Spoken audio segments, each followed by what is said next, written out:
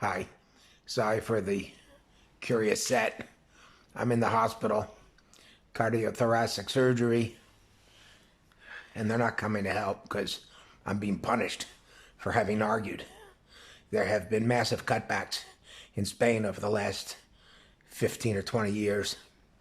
So even though you have open heart surgery, they give you the bum's rush. The service goes down very quickly, and then you get brusque treatment. Someone wrenched my neck this morning, and they want me to quickly learn to use the bathroom and then go home. No clinic, no physiotherapist.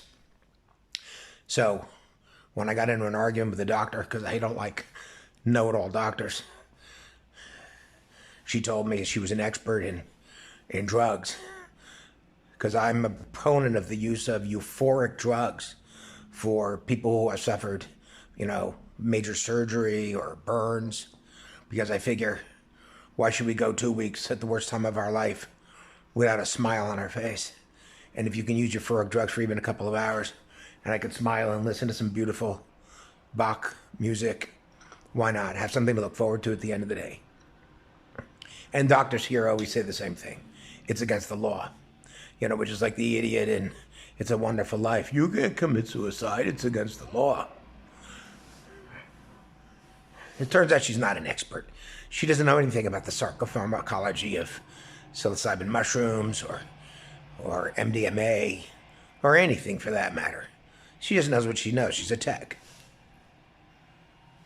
The people who know are people who do research. And I understand in the United States there's some psychiatrists who are doing very interesting work in PTSD.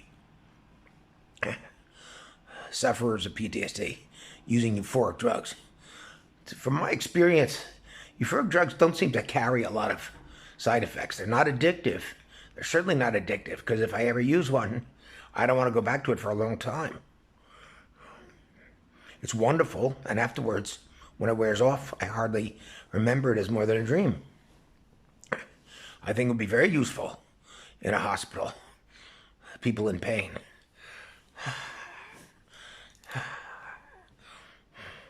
And of course, the food is miserable. That's another thing.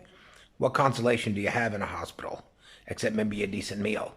And they make it as bad as possible. This is terrorist food.